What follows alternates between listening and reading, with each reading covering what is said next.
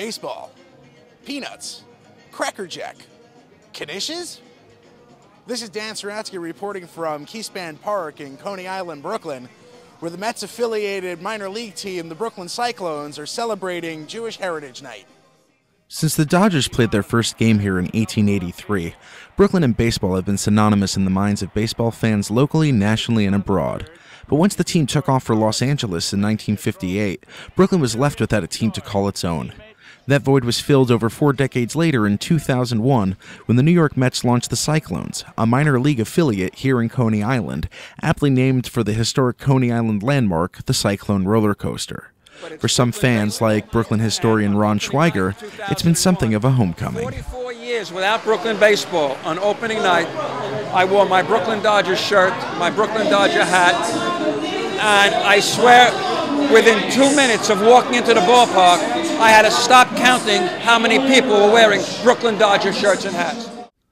Of course, baseball is the great American pastime, but in Brooklyn it's something of a great Jewish pastime as well. According to Howard Megdal, author of the baseball Talmud, who was on deck Tuesday night to sign books and talk Jews and baseball, following the game was a way for 20th century Jewish immigrants to assimilate themselves into the American community. Jews look to connect to baseball because they're looking to connect to America. And so I think there's a very strong connection between the two. And of course, with such a strong Jewish population here in Brooklyn, it was only natural that, number one, there would be a strong Jewish presence here in the baseball team for the Brooklyn Dodgers, and number two, that there'd be such a strong connection between the Brooklyn Dodgers and American Jews.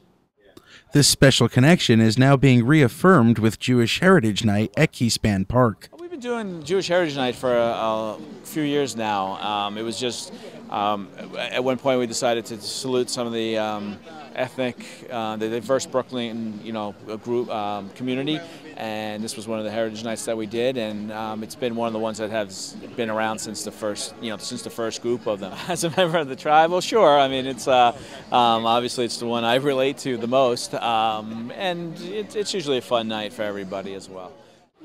Fans attending Tuesday night's game were treated to such Jewish fare as Hebrew jerseys, an on-field horror dance, the singing of Israel's national anthem Hatikva, and even a Knish eating contest. One, but he's gone to 2. Pretty good. 5.5 Knishes! I represent the Jewish heritage. Anything Jewish, I love it. For Jewish fans, it was a fun way to spend an evening with family and friends. My mother cries when the Cubs lose, so it's a big dinner table conversation. She's going to be very proud of my heritage that I'm here tonight. The shul was sponsoring a night where we could take the family out, have some kosher food, enjoy a good ball game. So there's not that many options for family entertainment, and so that's why we're here tonight. And even non-Jewish fans got in on the festivities.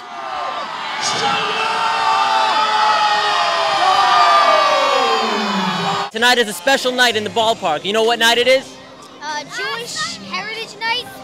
I'm PC like that! Oh! PC!